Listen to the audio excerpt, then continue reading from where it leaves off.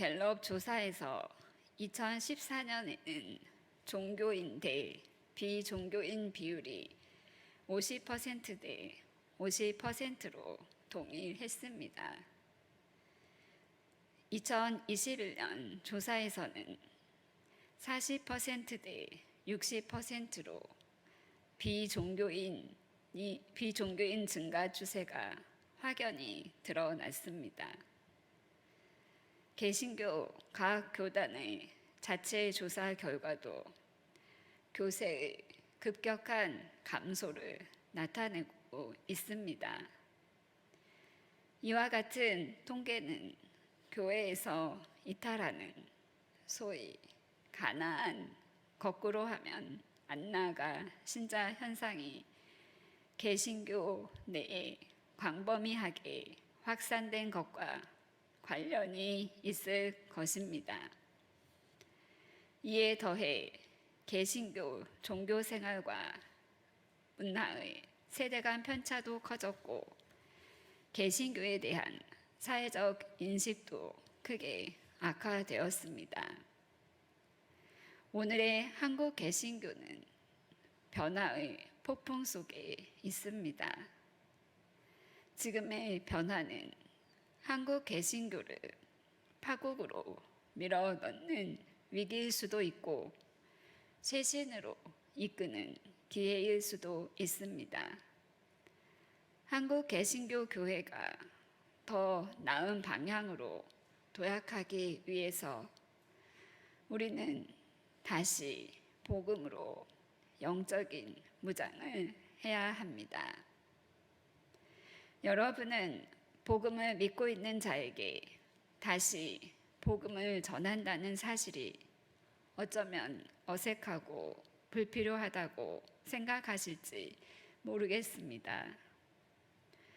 로마서는 사도 바울이 로마에 있는 성도들에게 쓴 서신서입니다.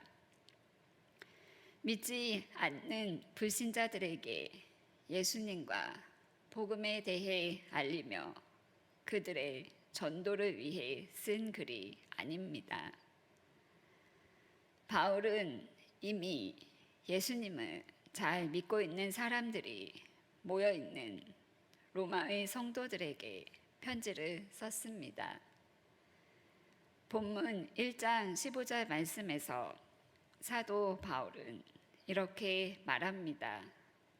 그러므로 나는 할 수 있는 대로 로마에 있는 너희에게 복음 전하기를 원하노라. 왜 바울은 로마 교회에 다시 복음을 전하고 싶어 했을까요? 로마에 있는 교회는 바울이 세운 교회가 아니었습니다.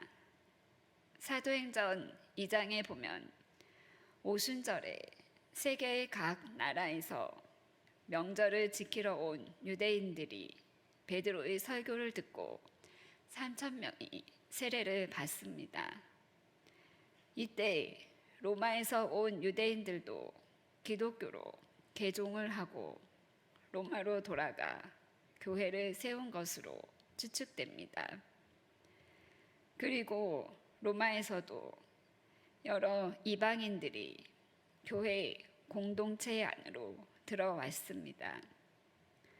이런 상황에서 당시 바울이 유대인들에게 많은 핍박과 방해를 받은 것처럼 로마의 기독교인들도 유대인들에게 많은 핍박을 받았을 것이 확실합니다. 그래서 로마인들은 유대인들이 서로 싸워 소동을 일으킨다고 생각하였습니다.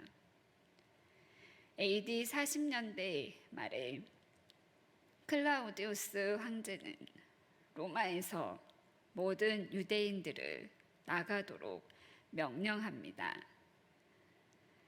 몇 년 후 클라우디우스 황제가 죽고 AD 54년에 네로에 의해 유대인들이 로마에 들어오는 것이 허락되었습니다. 바울은 유대인 그리스도인들과 이방인 그리스도인들이 또다시 다툴까봐 염려했습니다. 그래서 바울은 그들의 갈등과 분열을 해결할 목적으로 로마 교회에 편지를 쓴 것입니다. 복음의 본질을 그들에게 다시 전해줌으로써 유대인이나 헬라인이나 복음 안에서 세워가고 싶었기 때문입니다. 그렇다면 복음은 무엇일까요? 16절 말씀을 보니까 이 복음은 모든 믿는 자에게 구원을 주시는 하나님의 능력이 됨이라. 먼저는 유대인에게요, 그리고 헬라인에게로다 라고 했습니다. 복음은 모든 믿는 사람들에게 구원을 얻게 하는 하나님의 능력입니다. 유대인이든 헬라인이든 중요하지 않습니다. 지식인이든 아니든 중요하지 않습니다. 가난하건 부자건 이런 것이 절대로 문제가 되지 않습니다. 복음은 누구든지 주님 앞에 나오면 구원을 얻게 하는 능력을 가지고 있습니다. 그런데 로마 교회는 이 진리를 제대로 알지 못한 채 서로 다투었던 것입니다. 바울이 로마 교회에 다시 복음을 전하기를 힘썼던 것처럼 우리도 다시 복음 앞에 나오고 다시 복음 전하기를 힘써야 합니다. 우선 우리가 다시 복음 앞에 서야 할 이유는 견고해지기 위해서입니다. 바울은 본문 11절을 통해 이렇게 증거합니다. 내가 너희 보기를 간절히 원하는 것은 어떤 신령한 은사를 너희에게 나누어 주어 너희를 견고하게 하려 함이니.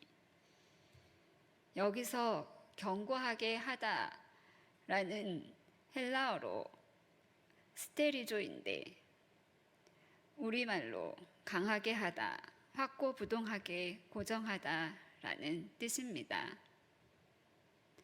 이것은 개인보다는 공동체를 담고 있는 단어입니다. 로마 교회 한 성도가 견고히 서기를 원하는 마음도 있지만 로마 교회 공동체가 견고히 서기를 원하는 마음을 담고 있는 것입니다. 나도 중요하지만 교회가 병들지 않는 것이 더 중요하기 때문입니다. 우리는 교회 공동체가 견고하게 세워지도록 다시 복음 앞에 서야 합니다. 바울이 죄수의 신분으로 로마에 압송될 때 유라굴로라는 광풍이 휘몰아칩니다. 배는 바람을 맞추어 갈 수 없어 이리 밀리고 저리 밀리면서 쫓겨갑니다. 사공들이 짐을 바다에 풀어버리고 배의 기구를 그들의 손으로 내버립니다. 여러 날 동안 별도 보이지 않고 큰 풍랑으로 구원의 여망마저 없어졌습니다. 여러 사람이 오래 먹지 못하여 굶어 죽을 지경입니다. 그러나 그러한 거친 풍랑에도 바울은 견고히 흔들리지 않았습니다. 그리고 선장과 배 안의 사람들에게 지난밤에 하나님의 사자가 전한 구원의 소식을 전합니다.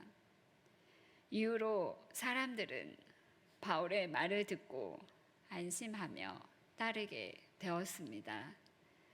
큰 풍랑 안에서도 흔들리지 않는 바울의 모습이 바로 견고함의 모습입니다. 그렇다면 우리의 모습은 어떻습니까? 코로나 앞에서 흔들린 믿음이 아직 회복을 하지 못하고 있는 성도들은 없습니까? 인생의 광풍을 만나 낭망하여 교회에 나오지 않는 성도들은 없으십니까? 복음을 잘 알지 못하고 다른 복음 앞에서 다투는 성도들은 없습니까? 우리의 믿음은 항상 견고하지 않습니다. 세상의 풍랑을 만나면 흔들리고 넘어집니다. 우리의 믿음은 연약합니다. 우리와 우리 공동체가 견고해지기 위해서 우리는 다시 복음 앞에 서야 합니다. 우리가 다시 복음 앞에 서야 할 다른 이유는 안위함을 얻기 위해서입니다. 본문 12절 말씀에서 바울은 이는 곧 내가 너희 가운데서 너희와 나의 믿음으로 말미암아 피차 안위함을 얻으려 함이라고 말씀하고 있습니다. 여러분, 2007년 분당 샘물교회의 아프가니스탄 선교를 기억하고 계십니까? 청년 성도 23명이 단기 선교로 아프가니스탄으로 파송되었습니다. 그러나 안타깝게도 무장 탈레반에 의해 모두 인질로 납치되었습니다. 피랍 성도들에 따르면 탈레반이 배형규 목사님을 따로 불러내 어디론가 데리고 가려 하였습니다.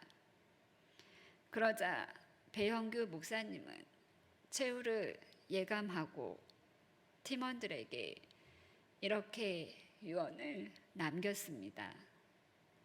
형제님들, 끝까지 믿음을 지키십시오. 저들이 협상을 위해 우리 중에서 한두 사람을 죽일지 모릅니다. 그러면 제가 먼저 가겠습니다. 죽기 전에 저들에게 복음을 전하겠습니다. 한국과 세계의 지도자들과 언론에 여러분을 속히 구출해 달라고 부탁하겠습니다. 결국 인솔자인 배형규 목사님과 심성민 청년은 순교를 당하고 맙니다. 그 후 아프간 피랍자 21명은 귀국 후 샘병원 예배 치유실을 통해 위로와 치유를 받았습니다.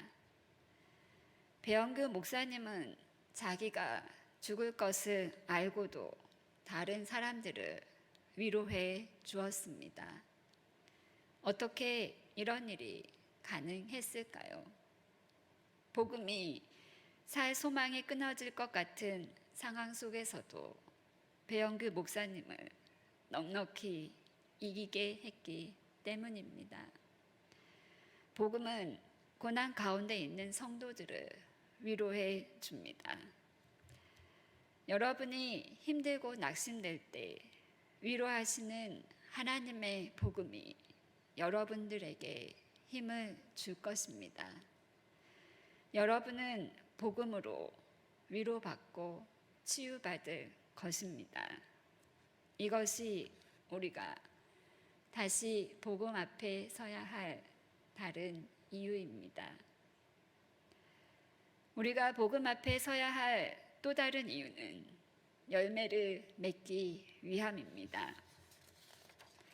예수님을 믿는 우리는 믿음의 영적인 열매를 맺어야 합니다. 어떤 열매일까요? 회개의 열매, 성령의 열매, 전도의 열매 등입니다. 열매를 맺을 때 비로소 성숙한 신앙인이 되고 더욱 행복한 신앙생활이 될 수 있습니다. 그럼 어떻게 열매를 맺을 수 있을까요? 요한복음 말씀을 보면 포도나무 비유가 나옵니다. 내 안에 거하라. 나도 너희 안에 거하리라. 가지가 포도나무에 붙어 있지 아니하면 스스로 열매를 맺을 수 없음 같이 너희도 내 안에 있지 아니하면 그러하리라. 나는 포도나무요 너희는 가지라. 그가 내 안에 내가 그 안에 거하면 사람이 열매를 많이 맺느니 나를 떠나서는 너희가 아무것도 할 수 없음이라고 하십니다. 과수원에 탐스럽게 주렁주렁 매달린 포도를 얻기 위해서는 가지가 포도나무에 붙어 있어야 합니다. 그래야 충분히 영양 공급을 받을 수 있습니다. 마찬가지로 우리는 예수 그리스도께 붙어 있어야 많은 열매를 맺습니다. 우리는 열매를 맺기 위해서 다시 복음 앞에 나와야 합니다. 찬양 사역자 김영포 목사의 간증을 들은 적이 있습니다. 어느 해 몽골로 단기 선교를 가서 내려놓음의 저자인 이용규 선교사님을 만났습니다. 대화 중 이용규 선교사가 목사님, 진짜 선교사에게 필요한 것이 무엇인지 아세요? 라고 물었습니다. 김 목사는 단기 선교사로 선교해본 경험이 있었기 때문에 글쎄요, 물질이나 기도 후원, 신실한 동역자 등이 필요하지 않겠습니까? 라고 대답을 했습니다. 그런데 이용규 선교사는 의외의 말을 했다고 합니다. 목사님, 선교사에게 가장 필요한 것은 복음입니다. 그 말을 듣고 마음에 큰 울림과 도전을 받았다고 합니다. 복음은 선교사님을 그 어떤 풍랑에서도 경고케 할 것입니다. 이 복음은 선교사님을 여러 어려움에서 위로할 것입니다. 또한 이 복음은 선교사님을 열매 맺게 할 것입니다. 우리에게도 여전히 복음이, 십자가가, 그리고 예수님이 필요합니다. 하나님은 우리가 날마다 골고다 언덕 십자가의 복음 앞에 서길 원하십니다.